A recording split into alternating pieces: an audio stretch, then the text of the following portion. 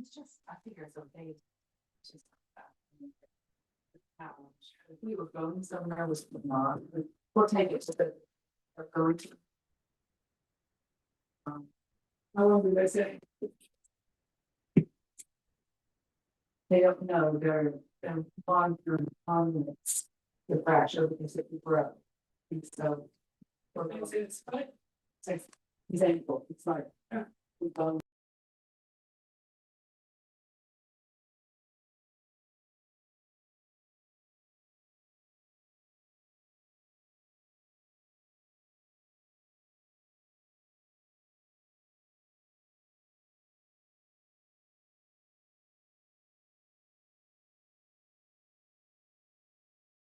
The 8th, 2025. We're thrilled to have everyone here. I'm going to call this meeting back to order. I move to end closed session and return to regular session. Is there a second? Second. We have a second. All those in favor? Aye. Any opposed? Any abstentions? That motion carries unanimously, and we are in regular session. At the end of closed session, the meeting must be certified. Be it resolved that to the best of each board member's knowledge, only public business matters lawfully exempt from open meeting requirements and only such matters as were identified in the motion to go into closed session were heard, discussed, or considered during the closed session. Is there a motion to certify the closed session? So moved. Second. We have a motion and a second. May I have a roll call vote, please? Yes. Yes. Yes. Yes.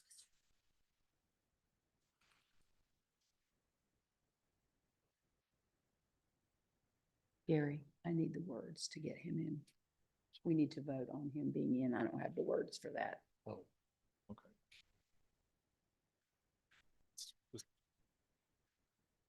I believe that Mr. Clinton is, I believe that you already voted on Mr. Clinton to call in before the closed session. So Yes. you don't have to do that again. However, it is worthwhile to mention and note for the purposes of the public and for the minutes that he is continuing to call in for Okay. the regular business meeting. Okay.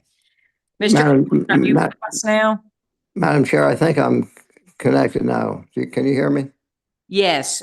We are having a roll call vote to certify closed session. Right, and I vote yes. Thank you so much. So for the public, we did vote at the beginning of closed session to allow Supervisor Clinton to participate virtually today in accordance with our bylaws and with state code. So his participation will continue. We had to switch from a Teams meeting to a Zoom meeting. So that was the transition that we were making at the beginning of this meeting. So we're glad to have Supervisor Clinton with us virtually for the remainder of this meeting. Thank you all. Now begin our meeting as we do each month with a pledge of allegiance and a moment of silence. Mr. Michael, would you lead us in our pledge today, please? I pledge allegiance to the flag of the United States of America and to the republic for which it stands, one nation, under God, indivisible, with liberty and justice for all.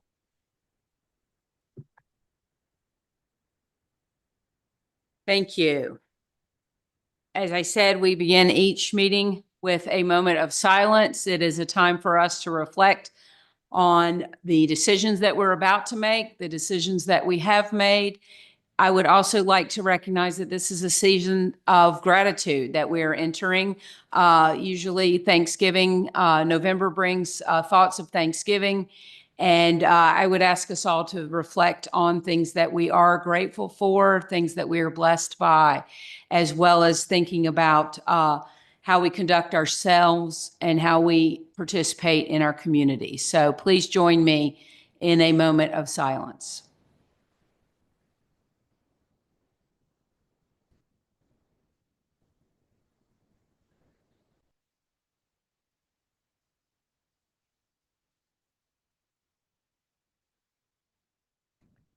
Thank you. Now we will begin to go through our agenda as you have it listed. Our first item, number 2, some introductions and recognitions. And I'm very happy that our first recognition, we're going to invite a guest to come join me down front here. This is Katie Boyle, the BoCo Deputy Director. She is here to present an achievement award. So I'm going to join Miss Boyle down there, and I welcome you to Botetourt County and to our monthly meeting. Thank you for being here. Thank you so much. Madam Chair, members of the board, members of county staff and guests, good afternoon. Thank you so very much for having me today. Always a great day to come and visit Botetourt County. So as was mentioned, my name's Katie Boyle. I'm the Deputy Director at the Virginia Association of Counties. And it's my privilege to be here this afternoon to celebrate your success and present you with a BoCo Achievement Award. So we at BoCo are so grateful for Botetourt County's longtime participation with us. We know you're familiar with our organization, but just to provide some background about us for your constituents, we were founded in 1934, and our mission is to serve and support your efforts as county officials. We support counties through our state and federal advocacy work, educational programs, member services, and communications efforts. So a little bit about the Achievement Awards. In 2003, we established this program to recognize counties that have adopted innovative approaches to providing public services. We had 3 volunteer judges this year, so I want to thank them for their commitment to the program. They followed several guiding principles when selecting winners, including whether a program offers an innovative solution to a problem, whether the program promotes intergovernmental cooperation or cooperation with private enterprise, and whether the program provides a model that other local governments can learn from or implement in their own localities. So the Achievement Awards program has always been very competitive, and that was definitely the case this year. We had record participation for yet another year. We had 155 entries. So our judges truly had their work cut out for them. They had a very long meeting at our offices, but they ultimately selected 57 winners from 33 counties. So you can see the level of competition in the program because only 36% of entries were chosen as winners. So today I'm extremely proud to be here to present you with the 2025 BoCo Achievement Award for the Getting to Know BoCo initiative. And so before I talk a little bit in detail about the program, I just wanted to highlight your track record of success because this is Botetourt County's 10th Achievement Award. So in addition to celebrating this year's award, we really wanted to recognize your tradition of excellence and creativity in serving this community. So to provide a little bit of background on the program, Botetourt County has always believed that a well-informed community is an empowered one. So in 2024, the county took another big step toward building trust and transparency with residents through the Getting to Know BoCo initiative. This is a fun, approachable campaign and initiative that introduces residents to the departments, programs, and people who make county government run. It had the goal of simplifying complex government terms and pulling back the curtain on what county teams do and how local government works, whether that's maintaining parks, preparing for emergencies, planning for growth, or keeping the roads clear. So the goal was to make local government more visible, understandable, and human. The idea behind the program started to take shape during the 2024 State of the County address, where the county used the theme to spotlight the people and services that make Botetourt County tick. That same theme helped guide the tone and structure of the annual report, laying a strong foundation for what came next. Print ads were circulated in local publications highlighting the people that keep Botetourt County moving. In August, a soft launch called Ask Us August was rolled out, where residents were invited to send in real questions to be answered by in-house experts. And those answers became a series of fun and informative YouTube shorts called Ask the Expert, which was then changed to Ask BoCo. And next, the county launched a dedicated webpage and rolled out a social media campaign, all aimed at keeping the momentum going and inviting more people to truly get to know BoCo. This initiative fits perfectly into the county's wider communication strategy, which was launched back in 2021, a strategy that's built on the idea that residents shouldn't just hear what government's doing, but really understand what local government does. So truly an example of a creative approach to meeting this critical need for transparency and trust with the community. I really loved what you said in your application, which was, in today's world of fast spreading rumors and civic disengagement, we're proud to be building something different, a community where people know who we are, what we do, and how they can be part of it. And I think that really says it all. So we at BoCo are so proud to acknowledge your work. I brought a plaque with me to mark your achievement. And so please allow me to congratulate you. And I hope to be back here with you again next year. So thank you very much.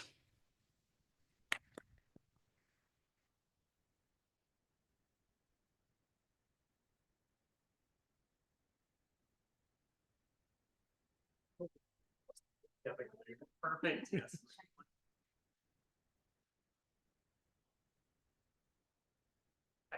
Thank you so much.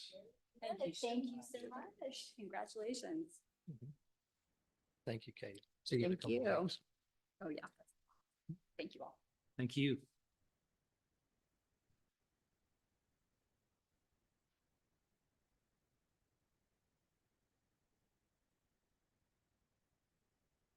And I think that award is very meaningful and indicative of the philosophy that this board has had over time. I do want to point out, I think Nicole and her team were largely responsible for this, as well as our former Brent, Tiffany and her team.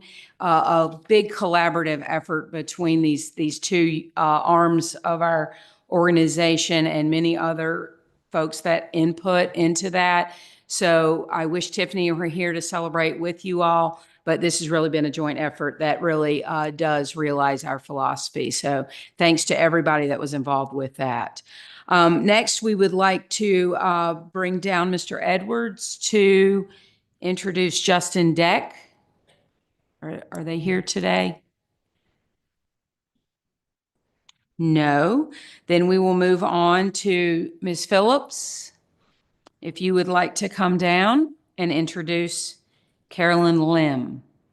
I'm sorry, Carolyn Kim.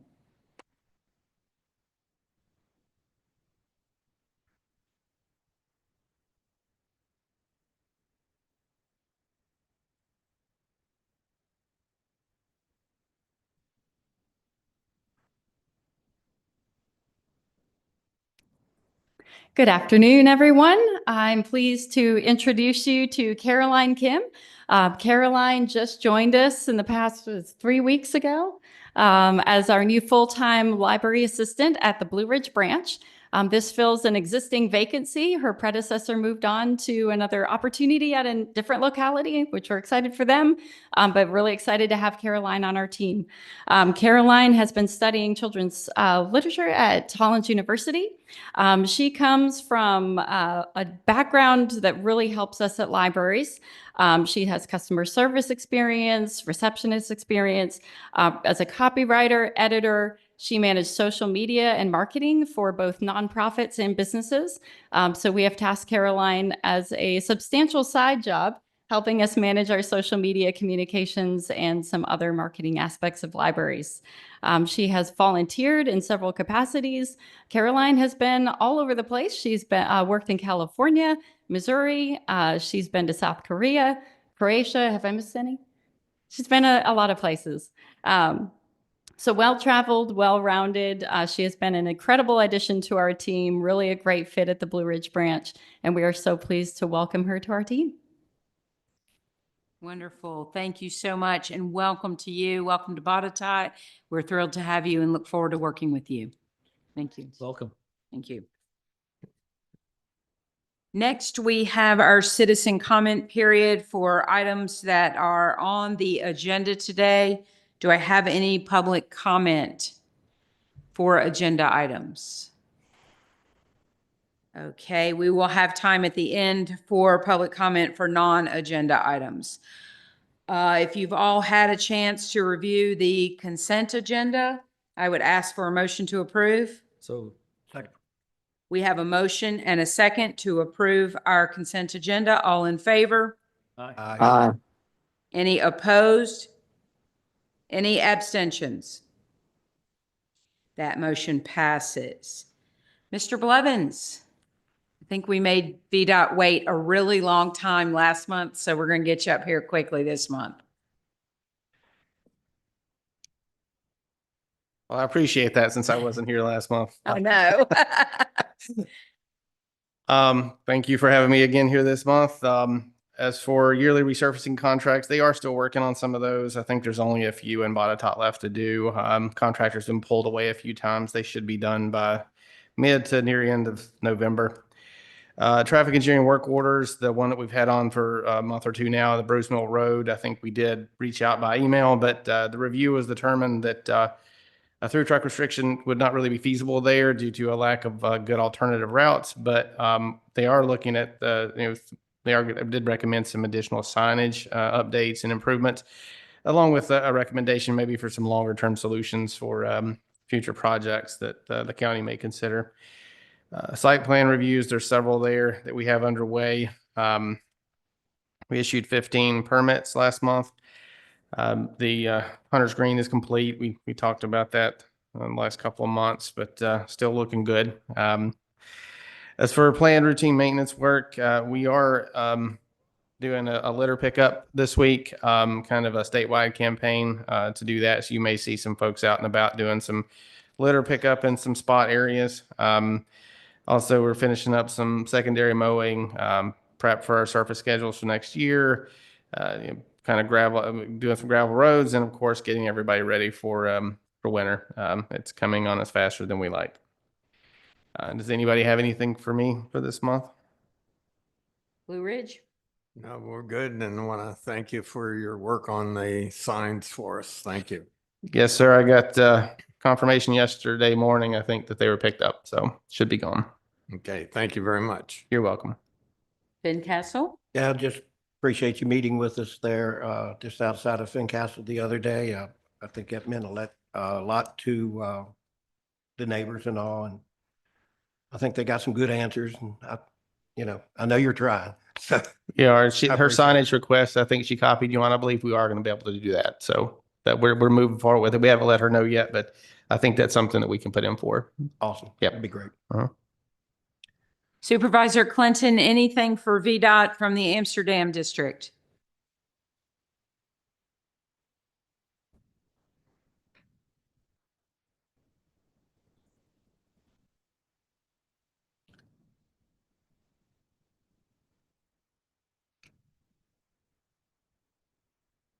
Is he? Yep, I'm on, and I have nothing for VDOT. Thank you. Valley? Yes, I do want to say, Brandon, we did have a great meeting. Mr. Lou, myself, it was Andrew and Ashley had met with John, with Aqua, and very productive meeting. And I can't say enough, but having them there and thanking them for being there, it was very, hopefully this gets taken care of quickly. I know it's a matter of time for the asphalt until they can put it down. Hopefully they'll be able to put that down. So Andrew did check yesterday. Didn't like it's been done yet, but we're hopeful too. And at least we know that based on our conversations with Adams, they should keep plants open till around Christmas. They have some time as long as they have temperature. good. All right. Thank you. Mhm. And Buchanan District is fine with respect to VDOT this month. So thank you for your attention to our needs as well. Very good. Thank you. Mhm. Wonderful. One other thing, I've gotten a lot of favorable comments for the two buildings there at exit 150 disappearing. I want to give you an attaboy. Happened a little faster than I thought it would, but I was happy to see them gone too. So It didn't take much to get them down, I guess. That did. maybe not. Looks a lot better. It does. It looks so much better. Thank you. Thank you. Wonderful. So I am going to skip around a little bit today. We do have a couple of scheduled public hearings. I want to hit the mark on those if I can. So if we could move to agenda item 7, if Ms. Davis would like to come down, we will do agenda item 7 and then move into number 8 for our public hearing.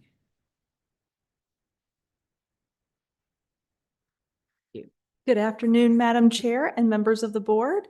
So we're doing item 7. Did I hear that correctly? Yes. Okay. So this is a request to approve an accounts payable item as this exceeds $250,000, which is the threshold for bringing that before the board. So this particular item, it's $253,728.72 payable to the EDA, which will then be turned over to Eldor. This is for their performance agreement in which they need to meet certain targets for number of jobs created at an average minimum wage and also a capital investment minimum. So that's what this is for. It's essentially rebating back a portion of the taxes that they paid once they hit those benchmarks. So are there any questions I can answer on this?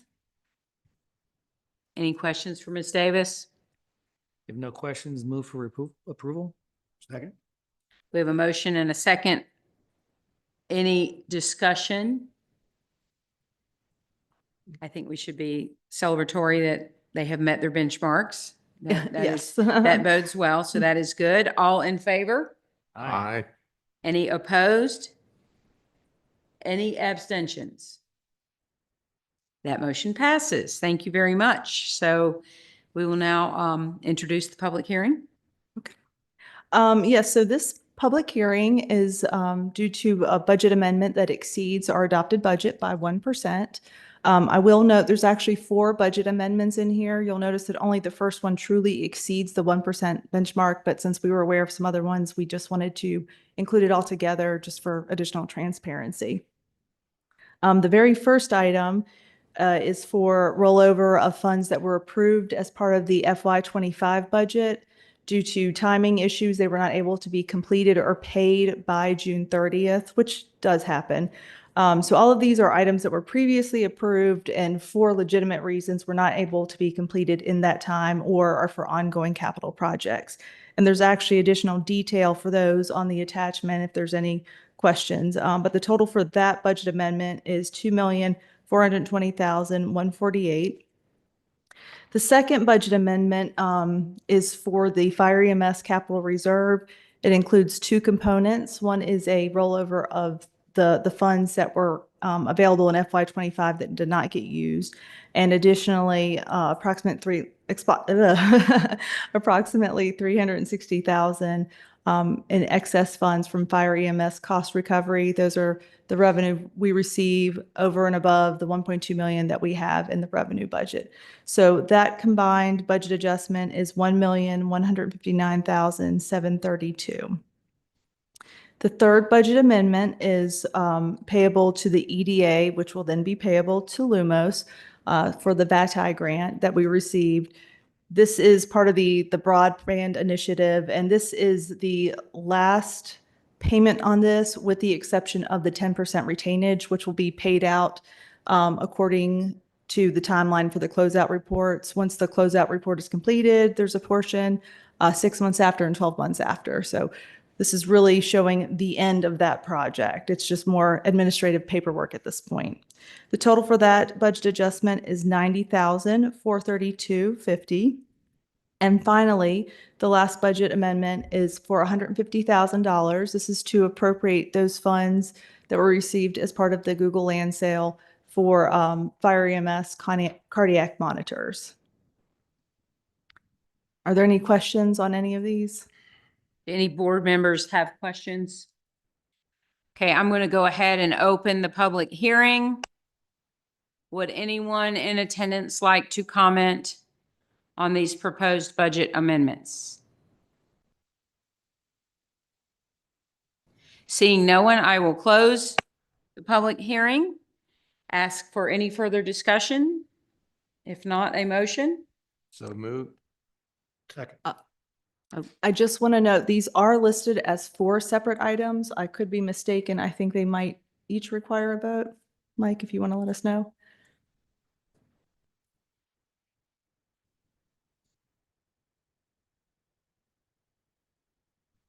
Sorry. I was going to ask that, and then you didn't chime in, Mr. Lockaby. So I was like, wow. Okay, let's, may I ask for a motion for the first budget amendment, which involves the rollover funds from FY25? So moved. Second. So we have a motion and a second. Any discussion? All in favor? Aye. All opposed? Any abstentions? Budget amendment number 1 passes. The second budget amendment is for the capital reserve funds for the fire and EMS. So moved. Have a motion and a second. Any discussion? All in favor? Aye. Aye. All opposed? Any abstentions? That motion passes. The third amendment is for the money for the VATI project. Motion to approve. Motion to approve Second. and a second. Any discussion? All in favor? Aye. Any opposed? Any abstention? That motion passes. And the last is the $150,000 of the Google funds Correct, for cardiac monitors. for the cardiac monitors. So do I have a motion to approve? So moved. Second. Motion and a second. Any discussion? All in favor? Aye. Aye. Opposed? Any? Yes. You good? So all in favor? Aye. Any opposed? Any abstentions? That motion also carries. Thank you so much. So much, Ms. Davis. Appreciate that. Now, Chief Ferguson, are you available to address agenda items 12 and 13? I think you also have another commitment this afternoon that we want to make sure you are able to attend. So I wanted to make sure your items got addressed in a timely manner. Sure. So I'm gonna tackle number 12, and E.M. Murray here is gonna take care of number 13 when we get there. But thank you for the opportunity to come. Sure, of course. Oh, I can do it. I just didn't want to touch while you were touching. All right. Good afternoon, Madam Chair, members of the board. I was asked to provide an update relative to what the happenings have been since the Troutville Fire Training Center. So just want to give you a brief overview of what has transpired since that time and where we are in the progression of recovering from that. So as you know, on Friday morning, September the 26th, there was a fire about 5:14 a.m. That was recognized in the Troutville Fire Training Center located at 50 Sunset Avenue in the town of Troutville. That was actually recognized by a couple of Troutville volunteers who were returning from a cardiac arrest assist with our EMS crews. A couple of young folks that didn't want to go to bed because some of them had to go to work in an hour or so. So they were out on the front apron there at the fire station and smelled smoke and looked up the hill and saw a large plume of smoke and got in the fire truck and reported it. So that's how this was actually even recognized. Their initial findings, and these photos are really just clips from a camera in the front dash of the fire truck, which is the upper right hand. And the lower left hand, as you can see there in the bottom of that, is basically a component of the helmet. So that's off of a helmet cam video footage, just a still frame of the fire that emerged from the building there on the back corner. But they found some heavy smoke conditions when they arrived and started getting things set up and in place to go investigate. And of course, this fire was just looking for a way to breathe and get some oxygen because there was a heavy fire load in the building from the way it was constructed and the type of training props that were in it. Because most of that stuff was OSB or laminate particle board to create those house props and different fire training props. And so there was a lot of wood in there. So quite an extensive fire. This is really what we would consider a commercial type of fire. This is not the same as what you would find in dealing with a residential fire. So a lot of fire load, a big building, and so it required a lot of resources. Of course, Troutville was the first on scene. This was a early morning call. So pretty much troops from everywhere throughout the county, as well as Roanoke County's Hollins Station responded to the event to help support and get the fire put out. So just a couple of photos to share with you of the after effects of this. So the darker picture that's beneath the after the fire, that actually is the same entryway where you saw fire bellowing out of in that previous slide after the fire was out. And the lower left hand, that is what we labeled as the dirty classroom, which was really kind of the warehouse portion where we would do fighter PPE or turnout gear drills to get folks dressed rapidly and things like that. And those things hanging on the wall there are some of the self-contained breathing apparatus that were stored there as part of our training programs. Of course, in the upper right, you can see really the charred devastation from inside the building. So that building has survived for over 75 years. Previously as a schoolhouse, it was two versions of what Troutville's educational facilities were to Troutville Elementary School of today. So an aged building with a lot of fire load in it. It was really two buildings that were kind of joined with a center hallway.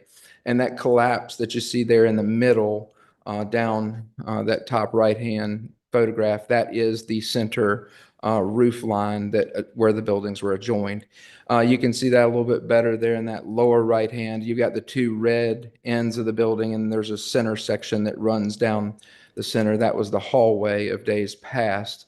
And of course, that lower picture just displays some of the debris that was displaced as they dug through trying to look for the cause and origin of the fire.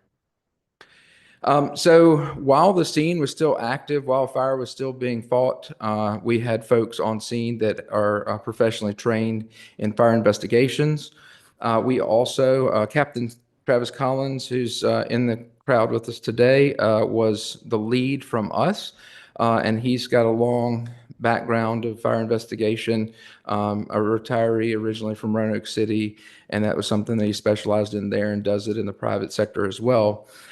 So he began taking photographs, collecting evidence, and really identified the need to stand up pretty much a regional response for fire investigation, because obviously this is a building that's owned and operated jointly with Troutville, and we want to make sure that we had external eyes on what the potential cause may be so that we're all looking for the right things.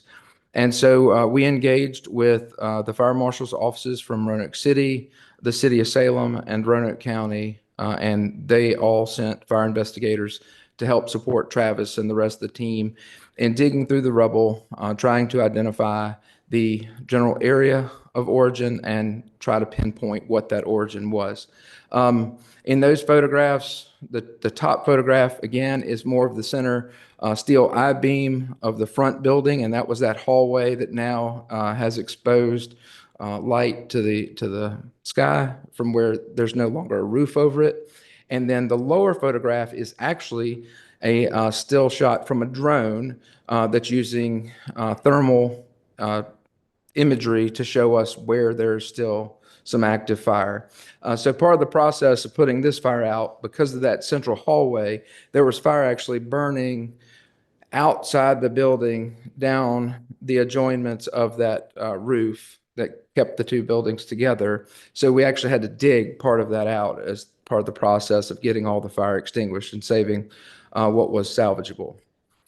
So today, this is the first time that this is public, and after this is announced here, there will be a news release that goes along with this so that everyone knows and there's full transparency as to what we have identified as the cause and origin.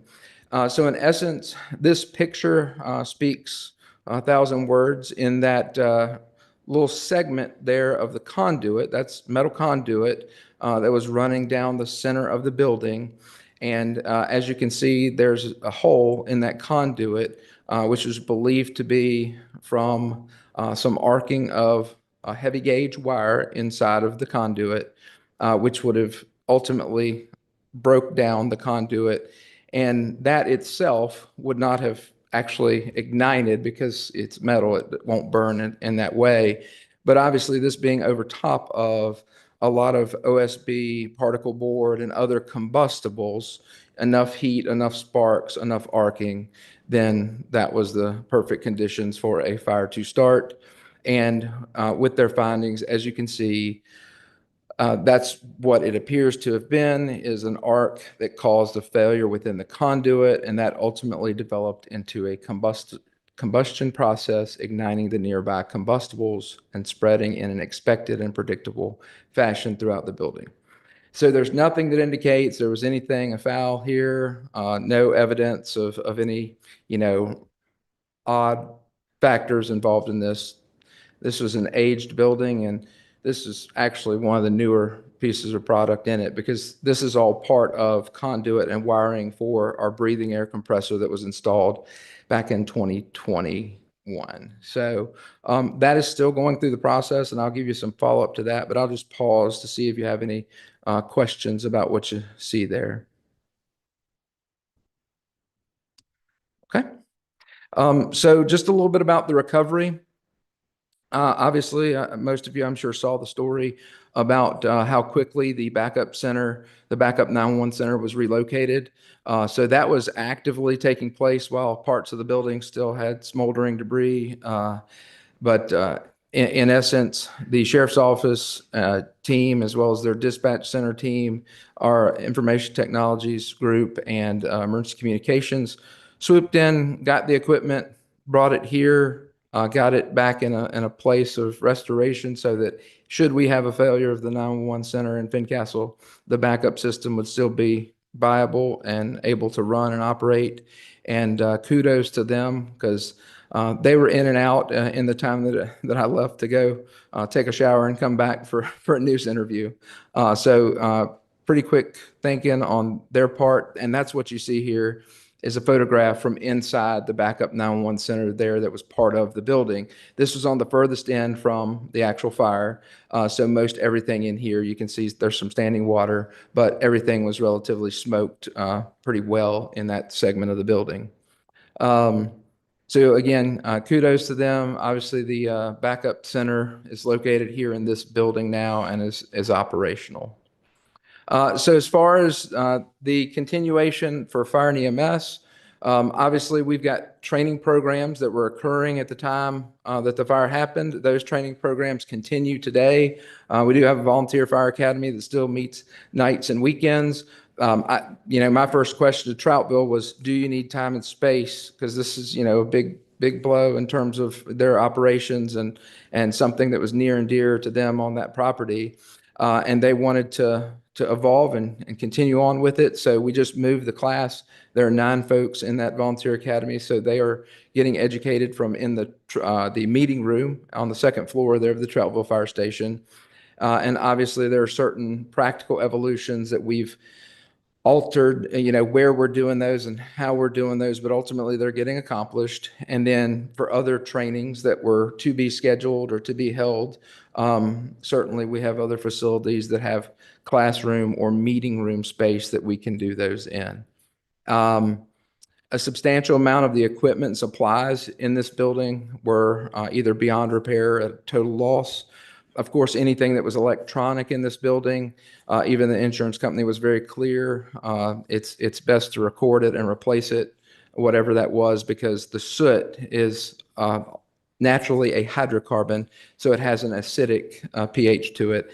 And if it's functional today, give it 30 days, 3 months, and it won't be because it's going to rust the boards inside. So we're going through all of that right now. Our insurance carrier, just for your information, for fire and EMS, for property, for vehicles, and for volunteers, there is a separate insurance policy. There has been for many, many years. It's through Mark Bowery Insurance out of Kingsport, Tennessee, and the underwriter is known as VFIS, Volunteer Fire Insurance Service. So they deal in this every single day, very familiar with emergency services and whether it be unfortunate losses of apparatus or illness or injury of fire and EMS personnel. They have the resources. They've been very helpful and communicative with us on next steps and how to work through this.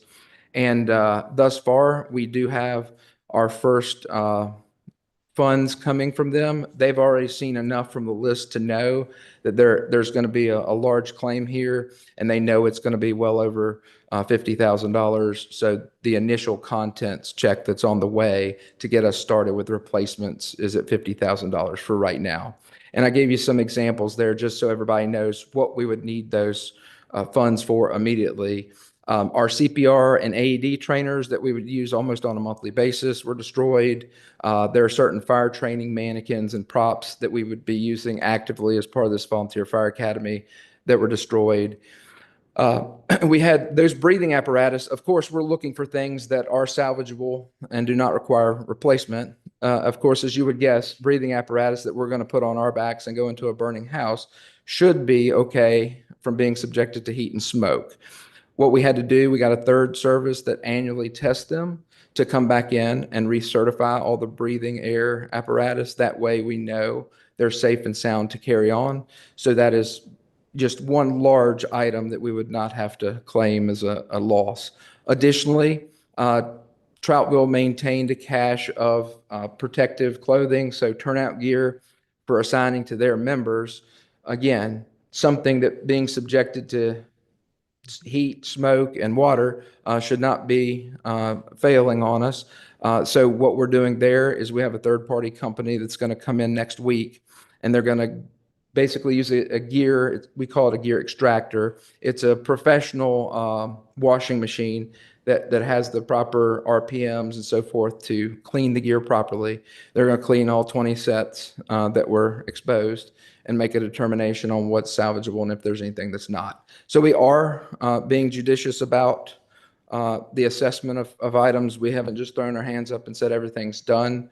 I will share with you that the boats there in the picture, while they look intact, the one that's upside down, that one, I don't know if you can see the bubbling or the stippling on the black part on top of the blue there, but that one got baked rather well and is just holding a little bit of air. And the one beneath it, that one, we had it assessed by a third-party vendor out of Lynchburg, and their indication was that the glue on those fails at certain temperatures, so they would not rate it for emergency response. And again, because we experience water and flooding events all year long at various moments in time, those are items at the tip of the spear to get replaced pretty immediately.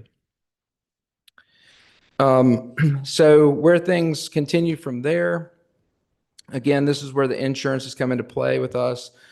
We have been working with Troutville on getting all the lists together, the contents that are known to be in that building. Some of them are not physically present anymore because they were in the seat of the fire area.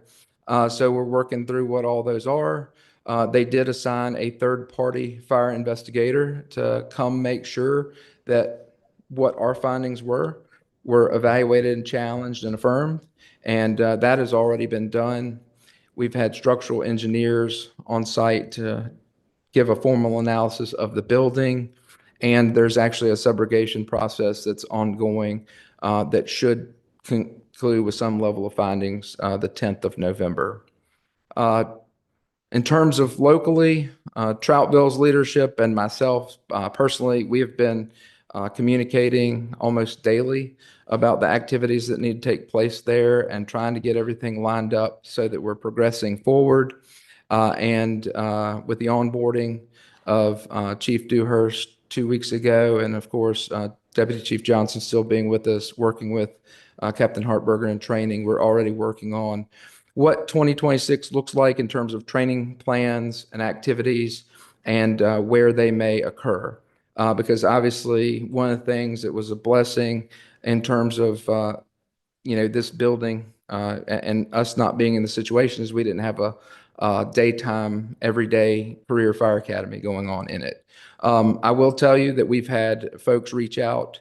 The city of Roanoke has offered their training center over in Southeast for anything that we need. They did that, on site day of. Chief Hoback came down and expressed, anything we need. Bedford Fire Department has reached out. Manita Fire Department in Bedford County has reached out. So several of our peer agencies have already said, you let us know what you need and we'll help figure it out. So that's part of the relationship maintenance that we keep up.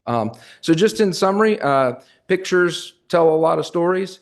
This is a lot of the activities that went on in this building. This building has trained hundreds of firefighters over the years, over the past 20 plus years. It's trained paramedics, it's trained law enforcement agencies, quite a unique facility. Quite a lot of things happened here that they'll look different into the future, but I feel certain that everybody that's directly involved in this, the shock was certainly a disappointment to wake up that morning to that.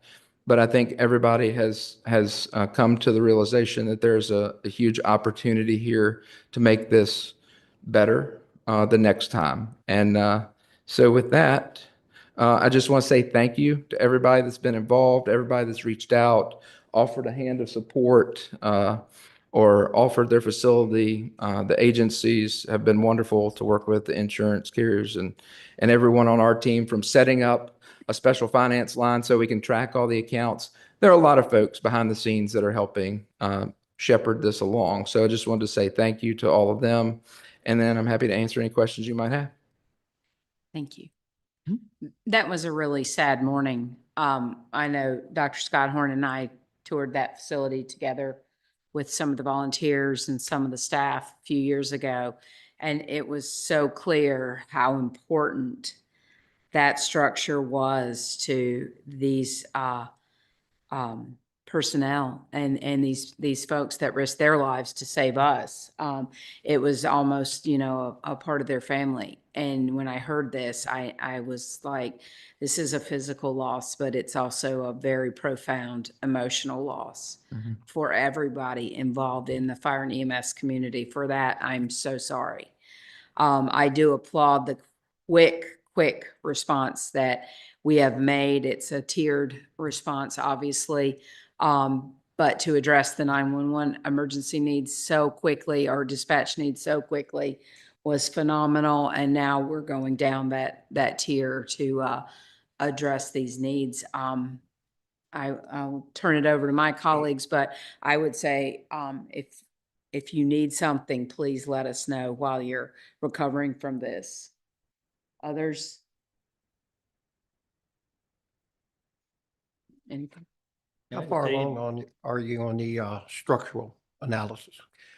So the third-party engineering firm's already been on site, taking the photographs that they need. And I think we're just waiting for the subrogation process to conclude in November before there's an official ruling on what the loss is. Thanks. I just want to, again, it was a sad day, and how important that was for the community. And I guess the question is how fast can we get this back up again and running? Right. That's all of our questions, even yours. So. For sure. Yeah, certainly. There will be a gap, but we're going to work through that gap. And I think both Troutville's leadership and myself see that there's a prime opportunity here to make things better that weren't being planned for. Certainly training facilities and things of that nature would be on the long-term roadmap. But there was nothing close on the roadmap that would have addressed significant changes to this facility. And now it's going to be a complete change. But again, we'll find the silver lining and seize the opportunity. Thank you. Thank you. Thank you so And I would much. be remiss.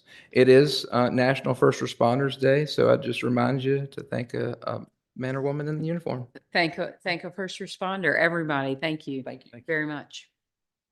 So we will move on now to agenda item 13. Thank you so much. Absolutely. Wait for him to get the PowerPoint up here. So I have a request to make of y'all.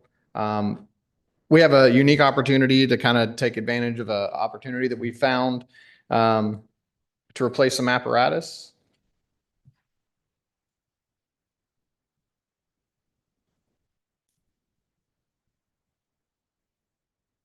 So as you know, our outdoor recreation here in Botetourt and our outdoor tourism is pretty large. We've got around 50 miles of Appalachian Trail, 40 miles of Upper James River Water Trail. We've got about 40 miles of the Glenwood Horse Trail and around 30 miles of the Blue Ridge Parkway. All of these trail systems and everything else bring a lot of tourism in. And while the tourism is really great, it also brings special emergencies that we have to respond to on a yearly basis. We usually end up responding to about 20 to 30 of these events per year of hikers and bikers and people that are lost or hurt on the trails. Other outdoor events that are brought to the area, of course, Ironman, the Carvin's Cove bike races that happen. We just had a national championship out there, and various triathlons that occur everywhere within our county. These also present challenges for us that We need to adapt our normal operations from our fire EMS and use specialty resources to be able to stand by for these events, to be able to provide a safe atmosphere for the participants.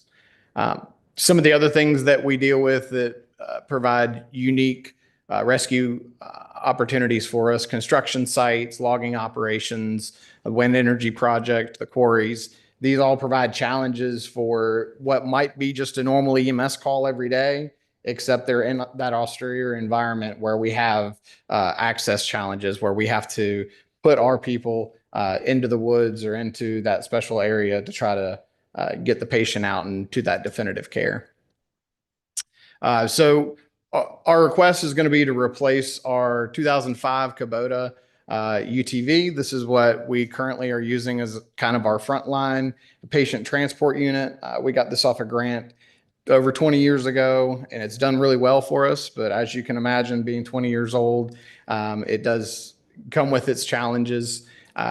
We have put in the budget the last couple of years under capital, and we were not successfully funded. But full replacement costs for this UTV, being completely upfitted to transport a patient and the trailer to be able to get it there, is about $65,000 is what the request has been. Luckily, we've been able to work with Western Virginia EMS Council. They have a UTV that they are not using. They bought it specifically for a program that they no longer are using it for. It was very, very minimally used, never off-road. They are willing to sell it to us for the cost of $20,000. And the full package for this, to include everything, is going to be $30,000. And this is a significant cost savings of $35,000 compared to a new apparatus. So the funding request that we would have is, we do have $30,000 in the capital reserve fund currently that we can use for this. So the request would be to authorize funding of $30,000 to cover the UTV, trailer, and the upfit that we would need to make this a patient transport vehicle. This does not impact any funding of the apparatus purchases we have coming up in calendar year 2026. So that's my request that we would make. Be happy to take any questions. Any questions? If not, is there a motion to approve? So move. Second. We have a motion and a second to approve this request. Any further discussion? All in favor? Aye. All opposed? Any abstentions? That motion carries. Thank you very much. much. We'll look forward to hearing about that purchase. Yeah, thank you. So it is a little bit after 3. Let's move back to agenda item 10. We have another public hearing scheduled. I think Ms. Pendleton is going to lead us through this one.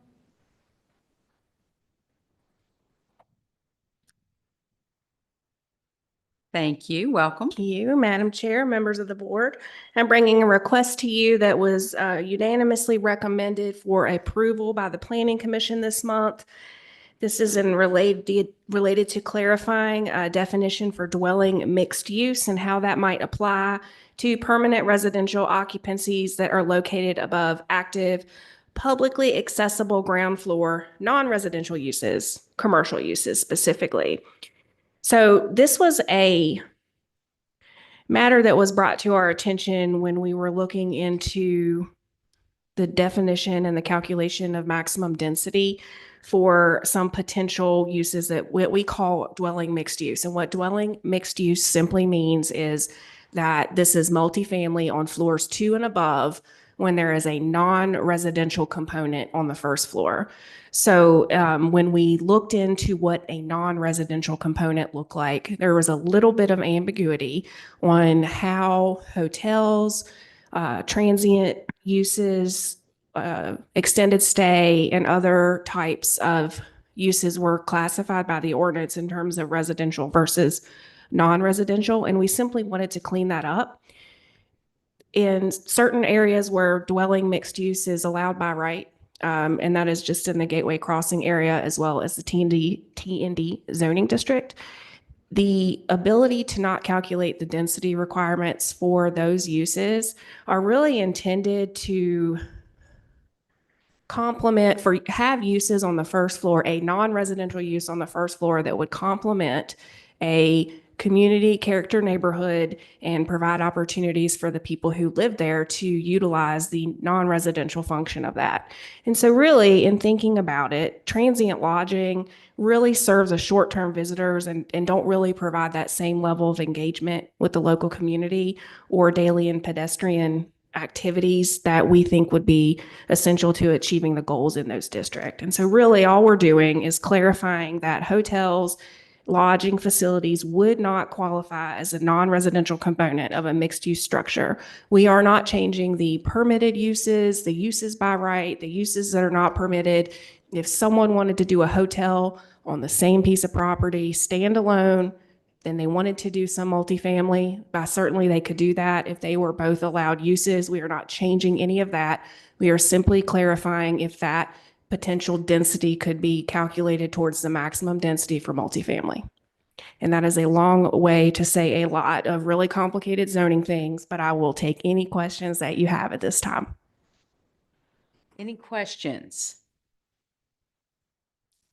Thank you for your attempt to clarify some language. I will go ahead and open the public hearing to make any comment or to hear any comment on this proposed text amendment. The public hearing is open. Would anyone like to comment on this proposal? Seeing and hearing none, I will close the public hearing and ask the board for any discussion or questions for Ms. Pendleton. And I think staff did a real good job. This needed to be cleaned up. Thank you. So would you like to move for approval? So moved. Second. We have a motion and a second to approve this text amendment. Any further discussion? All in favor? Aye. Any opposed? Any abstentions? That passes. Thank you very much. And that takes care of agenda item 10. Now I think we can get back in order. Mr. McCoy, would you like to come down for agenda item number 6, the transportation planning and project update?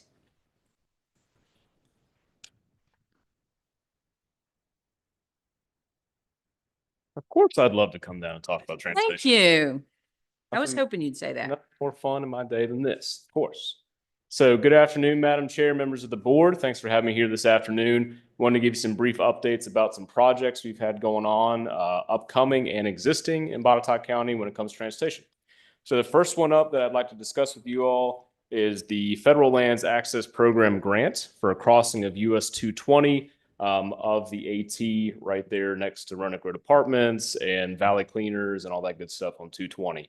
That includes the construction of a pedestrian crosswalk with rectangular rapid flashing beacons. So if you've been in a crosswalk and you've seen those high visibility signs that have the flashing lights that go off when a pedestrian presses a button to slow traffic down, that's what we're envisioning there.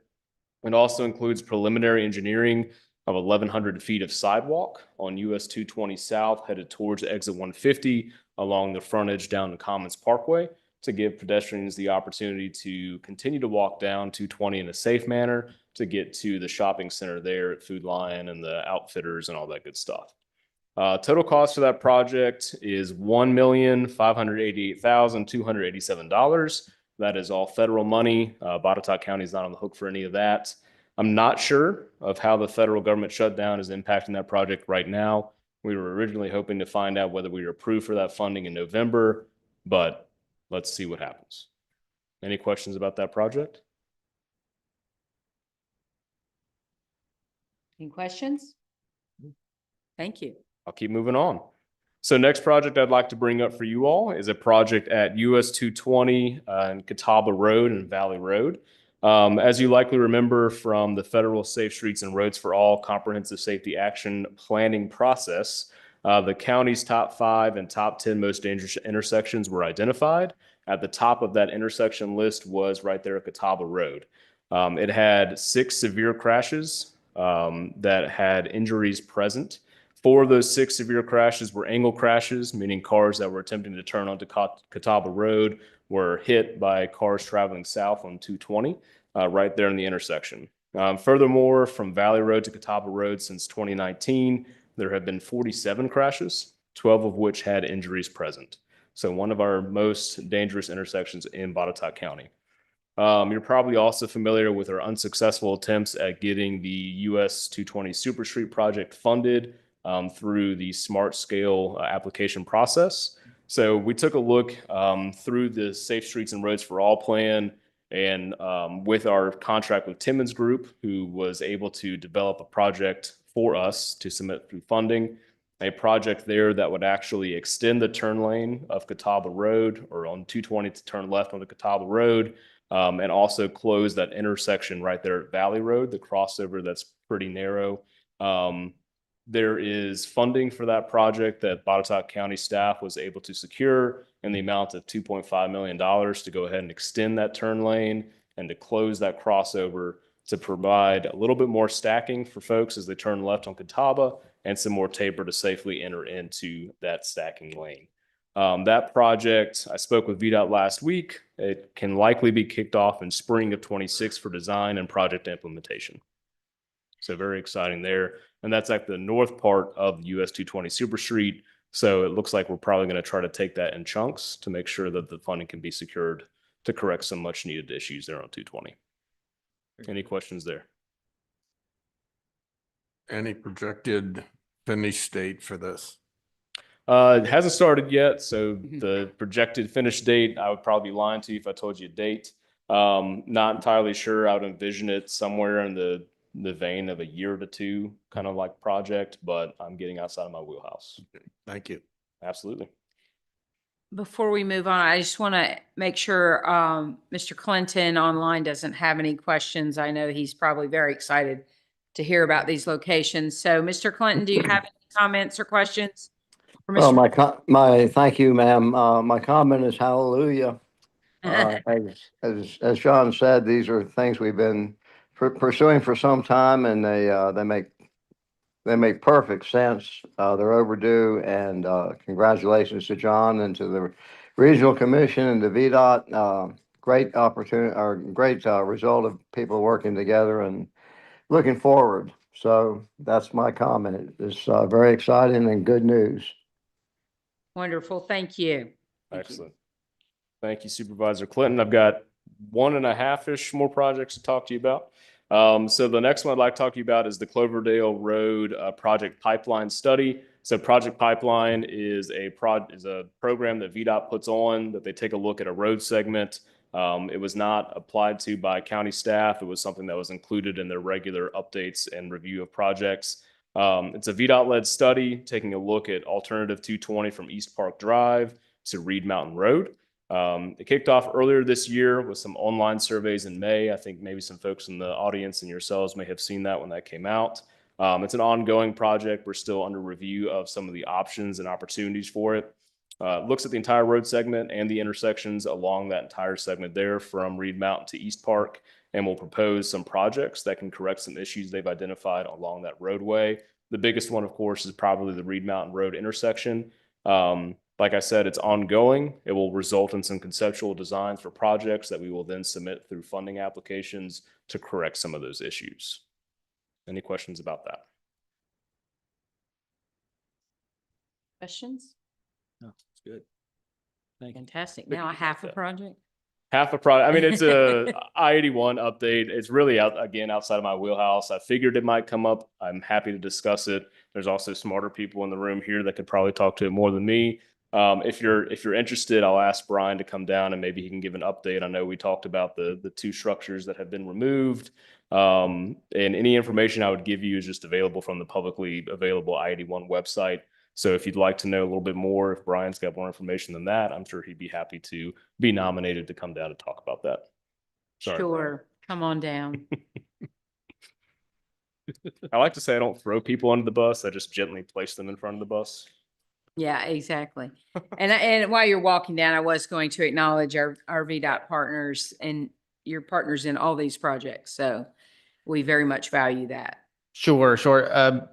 Like John said, the project's underway. If we're talking about the 143 to 150, but the main part of the project, the biggest part of the construction hasn't even started yet. All they're doing right now is strengthening shoulders so they can start shifting traffic to actually start building some things to the inside.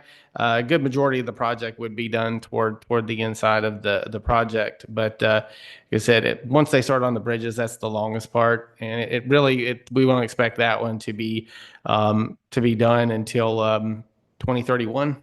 That's the projected date right now. And you'll start seeing a lot more traffic, a lot more changes with the barrier wall and everything like we had set up on the project in Salem sometime early next year. Yeah. And just for the sake of 81, maybe another quarter of a project.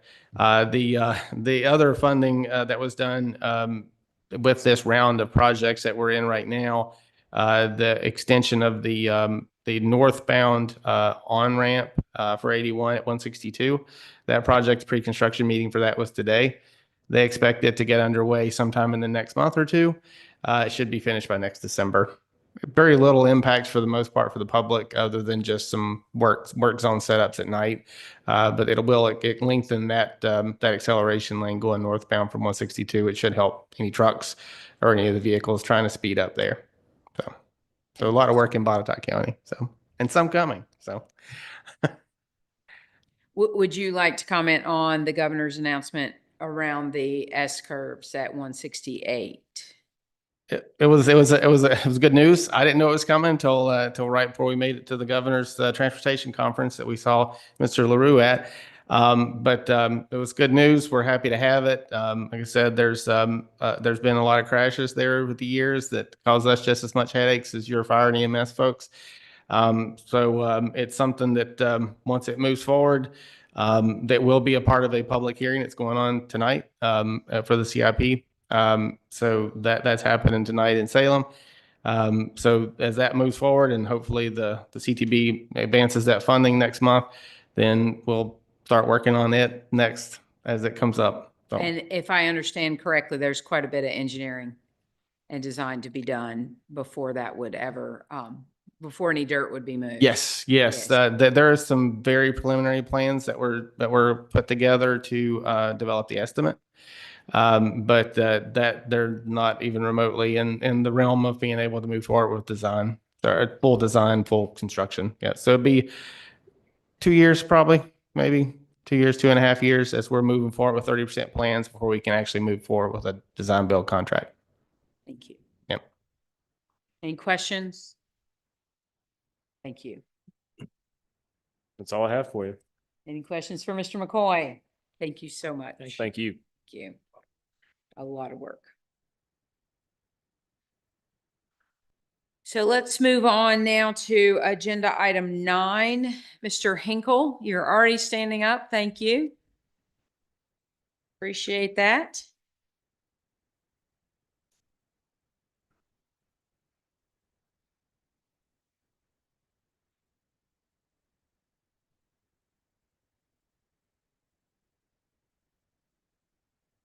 Excuse me.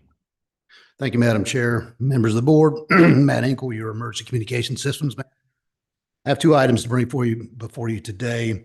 Item number 1 is a land easement with Dynex Corporation of America. Oh, I've lost my spot here.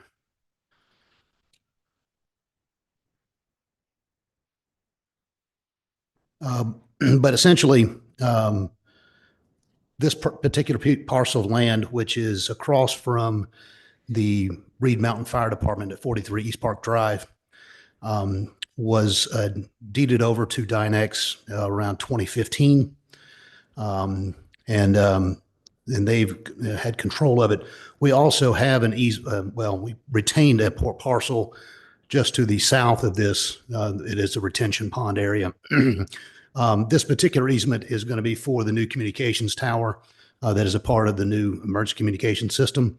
As part of that project, we were on the hook in the contract to provide the tower.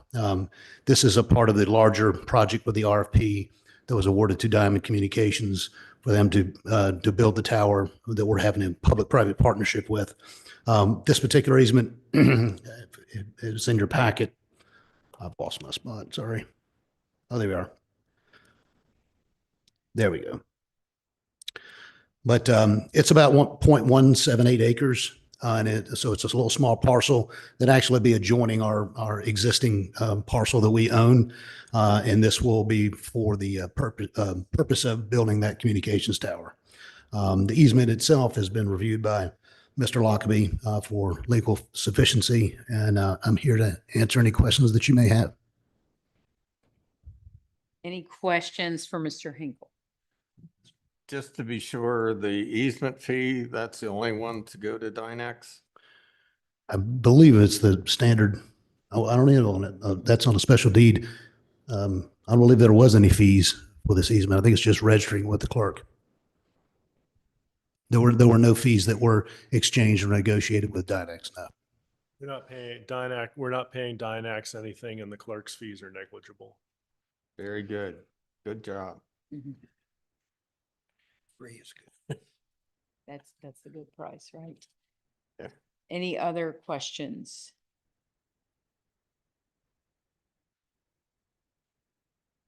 Move to approve. I so move. So we have a motion and a second. Any discussion? All in favor? Aye. Any opposed? Any abstention? That motion passed. Thank you, Madam Chair. My second item that I have with you for today is the First Amendment to an agreement with, it's actually Alltel Corporation, but they're DBA Verizon Wireless at the Fincastle Tower located on Grove Hill Road. This is a minor amendment. They recently upgraded their equipment, and they had to actually move the equipment, partially because of our equipment, from the 150-foot mark to the 155-foot mark. And this just is going to memorialize that change in the agreement. So it's basically just saying you moved up 5 feet on the tower, and this is, recording it in the lease. So, and I'm here to, like I say, the county attorney has reviewed it, and it's good in his eyes. I'm here to answer any questions you may have. Any questions for Mr. Hinkle? Mr. Lockaby, I assume we should go ahead and vote on that change, just as you said, to memorialize it. So any questions? If not, I would entertain a motion. Move for approval. Second. We have a motion and a second. Any further discussion?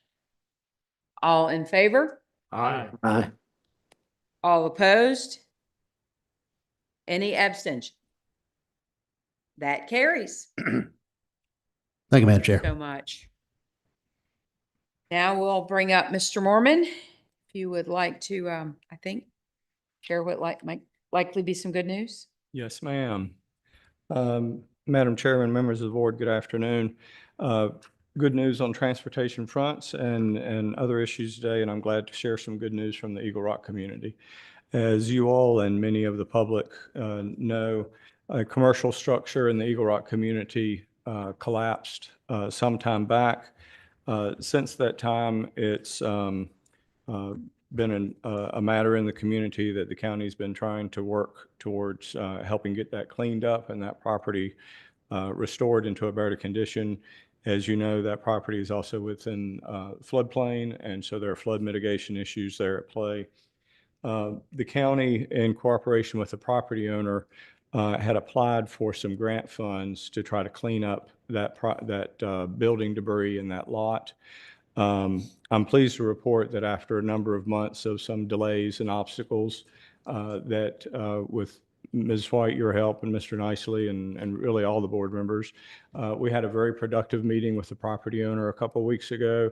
The property owner is very cooperative and eager to also see this cleaned up and this matter disposed of. So in your packet, you have a draft agreement between the county and the property owner that would provide for the cleanup of the property, for the transference of the property to the county. The county would own it in perpetuity for flood mitigation and public park purposes. And federal and state grant monies would be used to do this work. In addition, there would be a 5% local match to the grant. That 5% would be funded by the property owner over a period of repayment to the county. In the draft agreement, it's a 36-month period, and interest would be paid on that principal. So we would ask your consideration of that draft. One change that we would suggest being made to that was suggested by Mr. Lockaby, and that was that in the unlikely event that the actual cost of the cleanup exceeds the amount of grant funding, that the difference be the obligation of the property owner. We believe this agreement represents our discussions with the property owner, but we have not been able to get formal response from him to the draft yet. So we would ask that you consider maybe adopting this agreement in substantive conformance with its terms, and authorize perhaps Supervisor Nicely and County Administrator LaRue to continue negotiations with the property owner if necessary, and to finalize that, and to authorize staff to execute the agreement upon the approval of the county attorney. Be happy to try to address any questions. Any questions on this proposed agreement? If not, is there a motion to accept this draft agreement or a subsequent agreement in substantial conformance? So moved. Second. We have a motion and a second. Any further discussion? All in favor? Aye. Any opposed? Any abstention? That motion passes, and good for you, Brandon. This is great news for the Eagle Rock community. I'm really, really happy to see this proceeding, and look forward to seeing that cleaned and a nice usable space for our community. So thanks to everybody who worked on that. That's fantastic. So we're now down to item 14, citizen comments.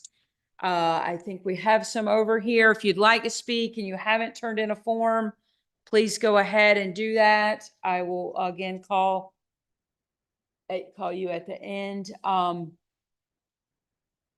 Perfect. Thank you.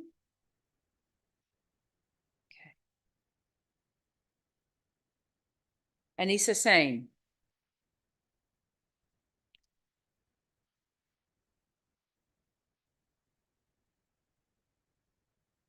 Anisha Sane, Amsterdam.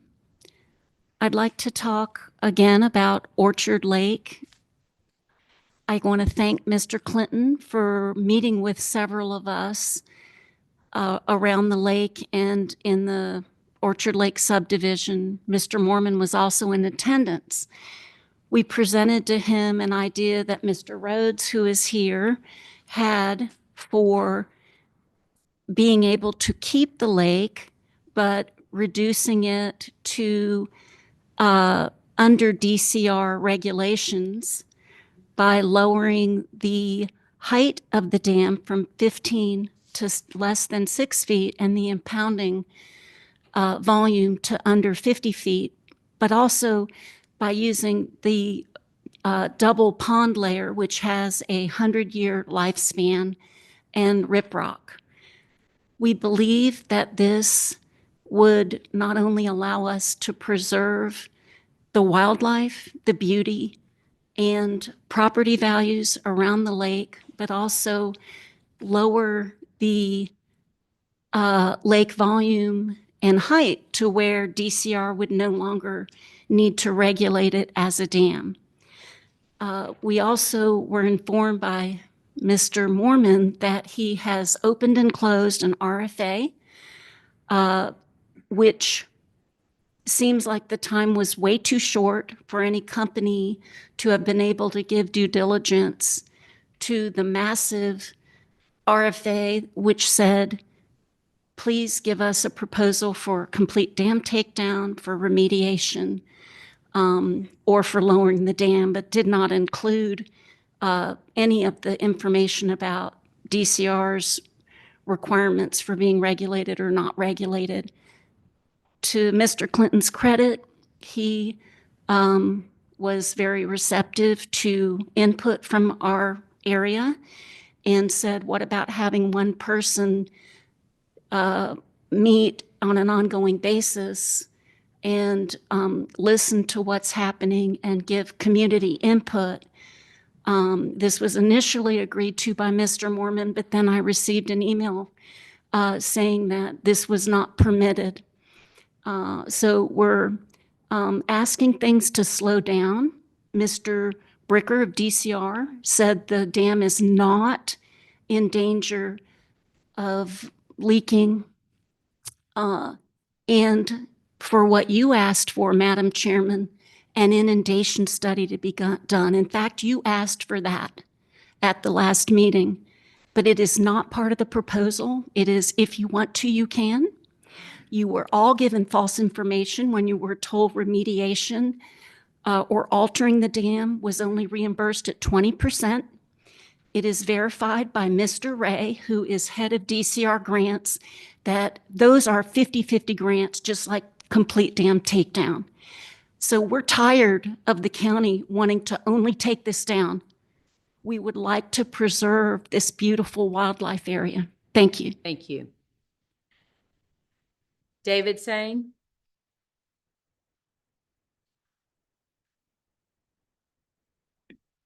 Thank you for the opportunity to speak. What is a democracy? Abraham Lincoln said it. It's of the people, by the people, for the people. The people affected by Orchard Lake Dam, the lake, unanimously want to preserve the lake, the beauty, the wildlife, and we are 100% opposed to taking down the dam, creating a mess that will take years to remediate, and at the same time forcing upon us a tax district to pay for it. Who has ever heard of anything like that? My wife was told, as you just heard, that she was not permitted, as she was elected to be the representative for the Orchard Lake District. She was told recently that she was not permitted to participate in evaluation of the responses to the RFP because we have a financial interest in preserving the dam. Of course we do. We own about an acre of the lake, as do I think about 11 other homeowners there. Of course we do. I'd point out also that Botetourt County has a financial interest in the dam. So if we can't participate, can Botetourt County participate? We have an interest in preserving the beauty of this lake, and we certainly do not want to pay for its destruction, and certainly do not want it taken down without the proper steps taken, including the inundation study and the study for correcting any faults. We don't even know, in fact, that it's a high hazard dam. We don't know that. It could be salvaged, we believe, and that hasn't even been studied. So this is way too premature. It seems like this is being rushed, being forced upon us. Remember, by the people, of the people, for the people.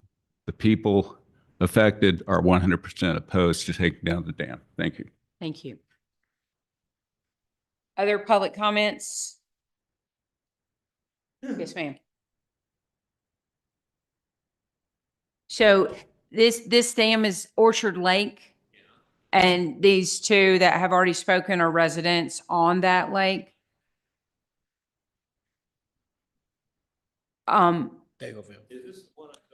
It's in the Amsterdam district in Daleville. That's not the one on Collins and I guess No. No, that's not what these folks have been discussing. So next we have Linda George. Hi, thank you for letting me speak. I came in before the Board of Supervisors back in August with some questions, and I know that we've discussed it several times, basically going back to the beginning, saying that we have not been properly represented in our area and that the inundation study was never performed. And I just wanted to go back to the initial thing that I had proposed, which still is on the table and I am planning to move forward with, and that is to establish a nonprofit. I understand that Lord Botetourt High School at one point was unable to get funding for having safety helmets recovered and looked at back after COVID. And so what they did was they established a 501c, 503c. Anyway, so I believe that that is still on the table. But I also want to say that the inundation study is a very important part of what was supposed to happen. And you did mention having it. And I just want to go back to the notes from the DCR themselves saying that dams are classified, yes, dams are classified with a hazard potential based on expected downstream impact and the failure of the dam. The classification is nothing to do with the design, construction condition, or likelihood of failure, only the expected impacts of a failure, usually determined by an approved dam break inundation zone study. It's in their own notes that that has to be done. That has never been done and must be done before we move forward with the current grant that we moved forward with. Botetourt County and the phrases move forward applying to it for the grant that was for breaching of the dam without doing the proper due diligence. And so we are again requesting that they please do that because the dam break inundation study is part of what the DCR needs in order to make appropriate information. So, and then once that's done, we can continue to find out more information, but more importantly, once it's done, we may not even have to worry about anything else. And depending on what they come up with, we can get funding from a nonprofit to get additional grants. The grants can come from federal or state sources and other nonprofits that support saving the lake. And I believe that that is a good route to go because it absolves Botetourt County from financial burden, but it also allows the people that are involved in the nonprofit to help with the decision-making of what happens to this private property owned by the people within Orchard Lake, but also has a huge impact on the community at large and obviously would be detrimental to take down. So I still wanted to propose that we continue to think about that. And I support everything, of course, that Dr. Anisha and her husband, Dr. Sain, also have reiterated that we who live in that area do not want to see the lake gone. But in speaking to a large number of people in the community, neither does anyone else in the entire area. Nobody wants it gone. Thank you. Thank you. And Robert Kemp. Thank y'all for the opportunity that you're lending us in Orchard Lake or friends of Orchard Lake.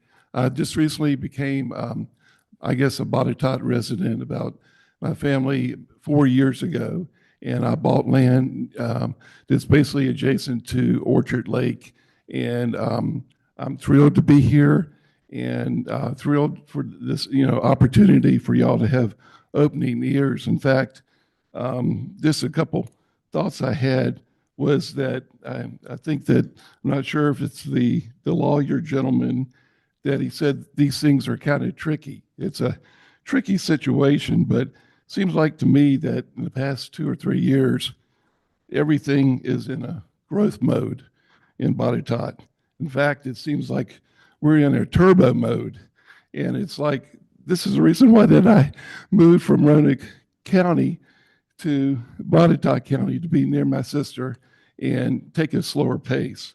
And there's, if you've ever been in Orchard Lake, or if you haven't, then I suggest that you drive by. There's just a few cars that drive by. When I walk around that neighborhood, I see, maybe 5, 6 cars in a 45-minute period of time. But it seems like to me that we're kind of like everyone has come before me, that we're really not given the second and the third option a fair chance. We need some common sense to be able to look at this particular study seriously in a smart way and make the right decision. And so my encouragement for y'all to also to consider that these residents or the people that have been living there for 30 years since you bought the land, that you didn't know that you owned the land, they've been paying their taxes for 30 years. And if you extrapolate those taxes, it will, even if you just look at that small DSA area, it will count up to millions of dollars. So they've invested their time, their money, their property taxes. And so there might be a way to maybe look at the rainy day fund that Botetourt has and to consider a different plan than the current plan of going and killing the dam. Thank you. Thank you. Any further public comment? Okay, we will move on to our board member comments.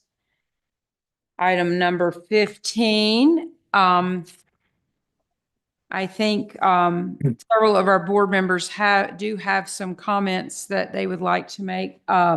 Supervisor Michael, I think you want to, I'd love for you to talk about social services. Yes, thank Give us you. an update. Thank you. And anything else you want to talk about? Okay, with the close of the federal government, we had funding through the end of this month, and it looked like we were going to be out of money come November 1st. I had composed a letter to the county administrator, and we had discussed it briefly. But since then, Governor Youngkin has declared a state of emergency, and it looks like that will tide us through. So I am sitting on that letter, and if it looks like the funding on the emergency declaration by the governor isn't sufficient, I will bring it forward. But at this point, it looks like we'll be all right. SNAP, as you know, was already in the motions to be diminished, and some of those changes were well-founded, and I have no qualms about those. So at this point, it's hold your breath, and hopefully Fingers. everything that the governor has said will come through for us. Do we have kind of an estimate of what the impact would be if this doesn't come through? Yes, we would have to furlough some employees because we wouldn't have enough funding to meet our payroll. And that was very troubling because, as you know, we have been in the process of reorganizing social services, and we have brought some new people on board, and to bring somebody on board and say, I'm sorry, we can't pay you, that would be devastating. What about SNAP benefits? Do we know what that impact would be? If the governor's, as we understand it, I don't think we're going to have a problem. Good, thank you. Anything else?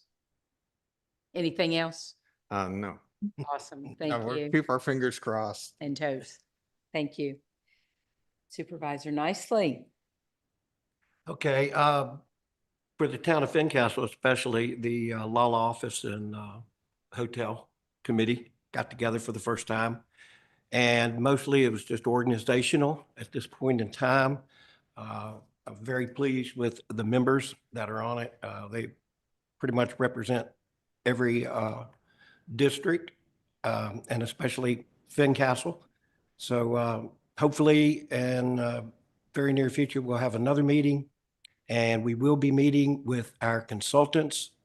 I believe it was December 9th.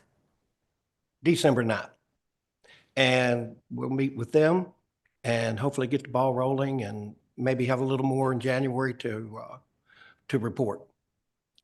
Thank you. Thank you very much. Anything else? No, ma'am. Supervisor Clinton, do you have any comments you'd like to make? Thank you, ma'am. No, I don't. Not at this time. Thank you. Supervisor Scott Horn. No, ma'am. No comments.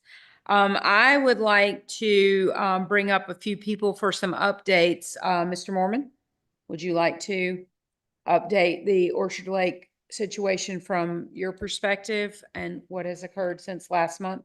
Certainly be happy to. The county issued an RFP per the board's direction for engineering services to conduct an assessment of options that may be available for dealing with Orchard Lake Dam. Those options can fall into three broad categories, being breaching, modifying, or repairing the structure as it currently is. So we received three proposals, and those proposals are under review right now. We'll be interviewing those three engineering firms, and the committee will make a preliminary selection that it will bring to this body for your consideration and your decision on how to award that contract. Before that comes to you all, the committee will issue its findings, announce its findings at least 10 days before your board meeting at which this will be considered. At that point in time, the proposals and the committee's summary of its evaluation will be available to the public for review. We would encourage the public, anyone interested, to receive that information, review that information, and at the board meeting where it will be presented to you to offer their input during citizens' comments if they would like to. The time frame we've heard today, a few concerns about maybe that it was a compressed time frame. How does the time frame of this process compare with other RFPs that we solicit? It's not unusual. The RFP was opened on September 30th. It was closed on October 17th. That exceeded the legal requirements. It was not unusual for this kind of work. That timeline was also in consultation with engineering firms as to how much time they felt they would need to put together a proposal. The proposal at this point is basically for them to share their qualifications and experience, their understanding of the scope of work that we're asking for, and then that will be expanded upon during interviews. Mr. Lockaby, anything you'd add to that? No, I just wanted to make sure that it was important for both the board and frankly for the public to understand that the point of the procurement process is not to actually do the work. It's to find the firm that is best qualified to do the work.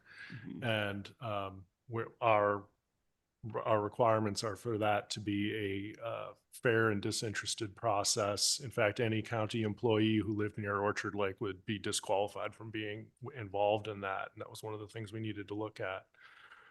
But the actual work, which includes both analysis of options and then has optional scopes of work for both doing an inundation study as well as doing a construction supervision for actual work, whatever that decision ultimately that the board makes to move forward with. Those are optional scopes of work within the same RFP. Those are just put in as optional because we don't know, we put them in that way because we don't know what the price is going to be yet for those, and we can't know until we have some more information about which course of action the board might choose to follow. Thank you. Thank you. And I may just add another optional piece of work in there, and I can't remember the formal name of it, but it's basically a survey of the lake bottom. So if you go out on a boat now and you put a rod down until you make contact, that'll give you the depth from the water level to the top of the silt layer.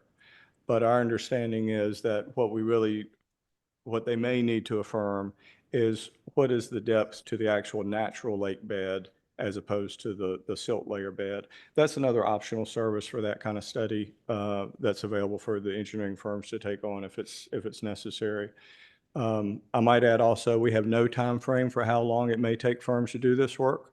That'll be part of what they'll submit to us is their proposed approach and how long they expect the work to take. So we don't have a time frame for that, and we don't know how long they may take to do the work, but that will be up for them to determine and propose to us. Thank you. Any questions for Mr. Mormon? Mr. Clinton, do you have anything to add to Mr. Mormon's comments? No, that I think clarifies many things, and I look forward to seeing the results of the RFP, and I think what was particularly important was what Mr. Marmon said. Marmon as well as Mr. Lockaby. The only thing at play right now is response to the request for proposals, and whatever time frame that was put on, whatever time frame was put onto that, does not speak at all to the time that it may take to complete the study. So I think it's important to understand that. And also, to the best of my recollection, the board has not, or the board has said that there's no interest in the tax district at this time. So I think probably we've all taken a step back and we're looking at this as judiciously as we can and with due concern for technology as well as to the interests of the public. So again, I look forward to seeing the proposal results. Thank you, Mr. Clinton. So any further questions, comments on Orchard Lake at this time? Okay, I would also like to invite Mr. Evans to come down and give us the courthouse update. I'm sorry to make you walk the steps. You could have stayed up there. No, 1 foot's not good, right?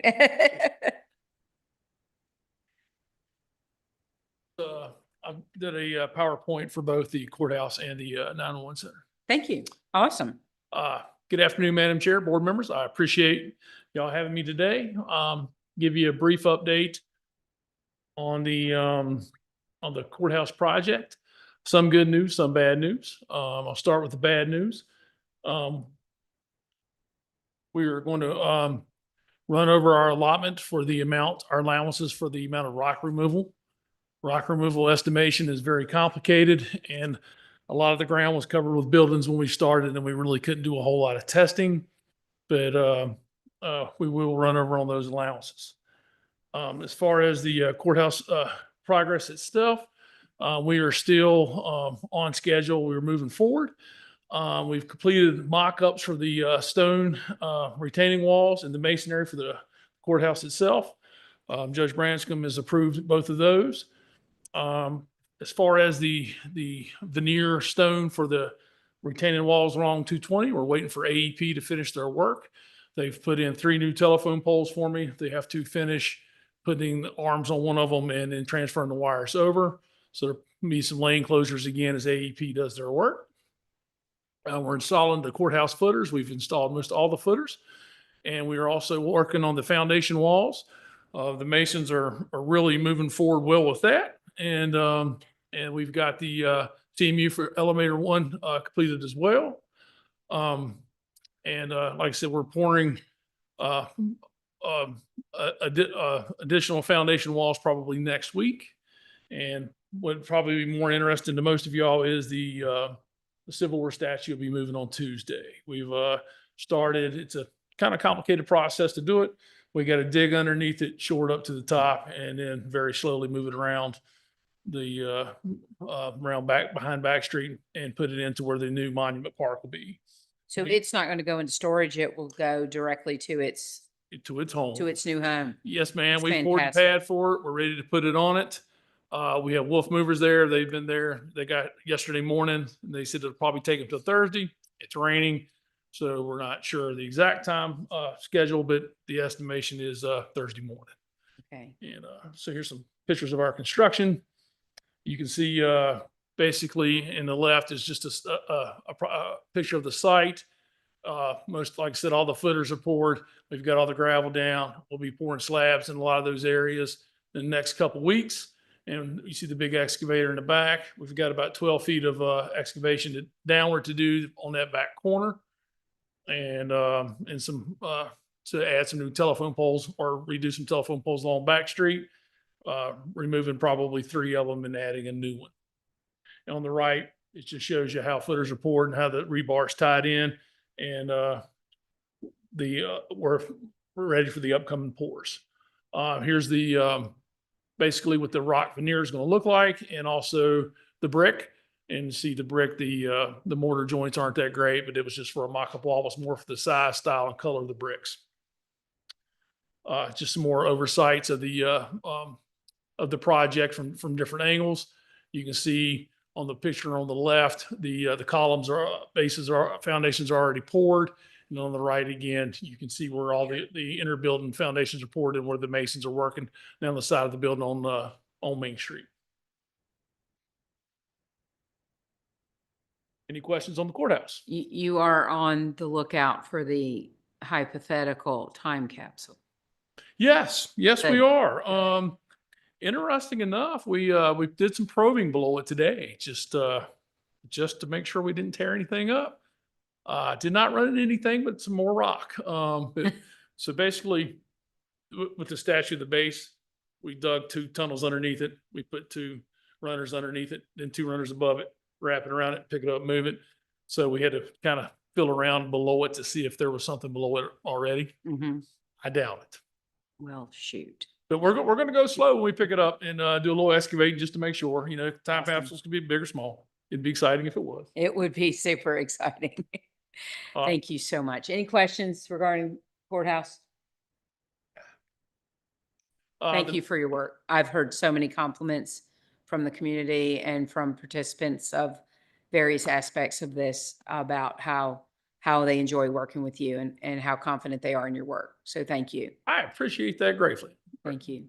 Thank you very much. The 911 center. So the 911 center, fire extension and radio shop, it is moving forward at the speed of light.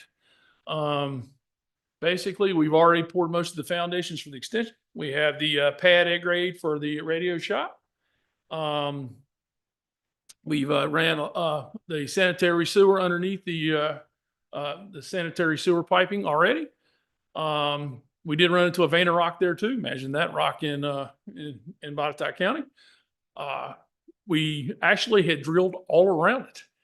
Testing, and it's just one ridge right through it. So we're going to do some additional drilling next week to see how we can get underneath the road or not. The access road for the church next door, we've had 2 temporary shutdowns. I've worked with Mr. McLucas on when we're going to have it shut down, and so he can let his people know.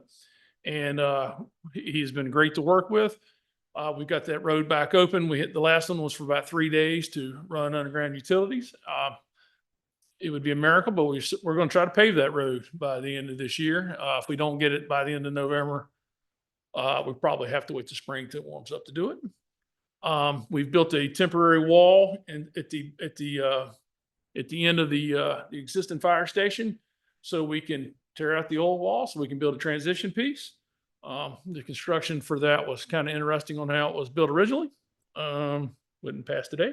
Just another picture of it. All that's excavated out. This is a picture from about a week ago.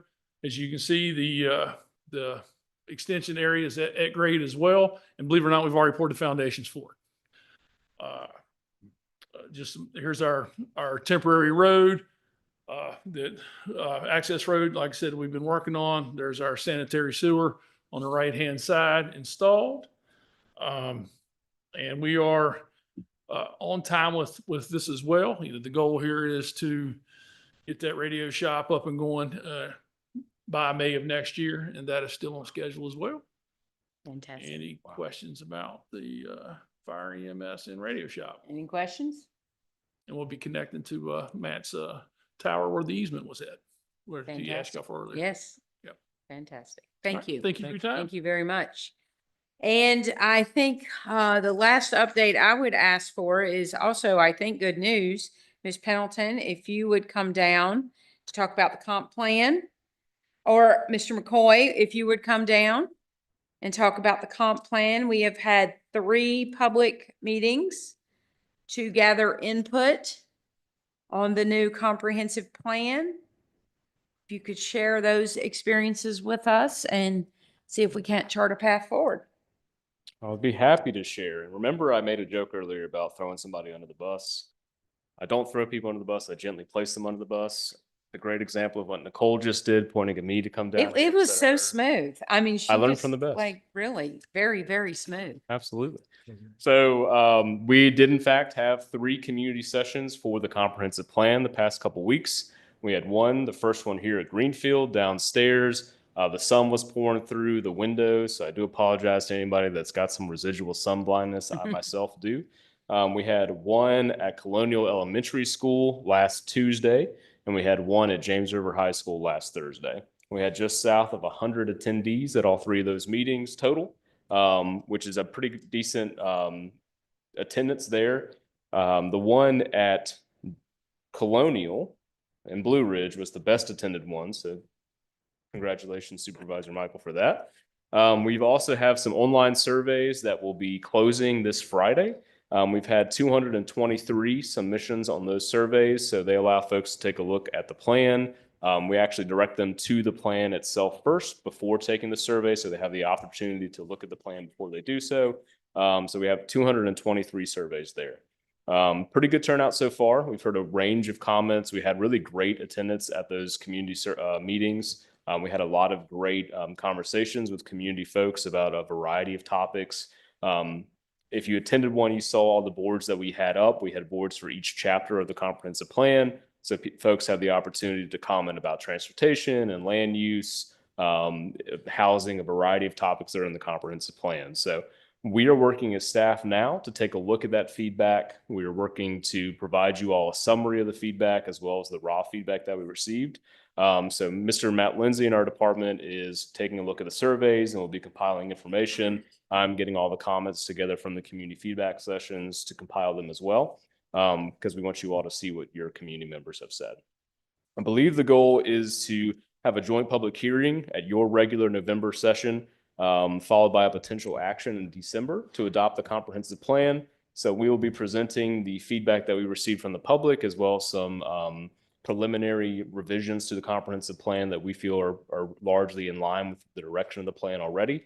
And we'll intend to present that to the Planning Commission in November at their regular work session, and then have a joint work session, joint public hearing with the Planning Commission and the board at your regular meeting in November, and then have a potential action to adopt the plan in December.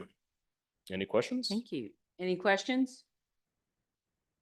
So I would entertain a motion to have a joint work session with the Planning Commission at the regularly scheduled November Board of Supervisors meeting that would include a public hearing to hear comments regarding the comprehensive plan. So We have a motion. A second. We have a second. Is there any discussion on that? All in favor? Aye. Any opposed? Any abstentions? That carries. So we will have a joint work session with the Planning Commission at a regularly scheduled November Board of Supervisor meeting. Excellent. Thank Sounds you. Thank fantastic. you for your hard work on that. I know that was a lot of fielding a lot of questions, a lot of public interaction. That's fantastic, Mr. McCoy. Thank you. Thank you so much. Appreciate We that. It's appreciate always that. an enjoyable experience to be able to present to the public in that format. You really get a lot of great engagement. So anytime we have the opportunity, we look forward to it. Wonderful. Thank you. Thank you. Thank you. Any further board comments? Seeing and hearing none, I will put us in recess until 6 p.m. when we are scheduled to have 2 public hearings. So we will reconvene at 6 p.m. Thank you.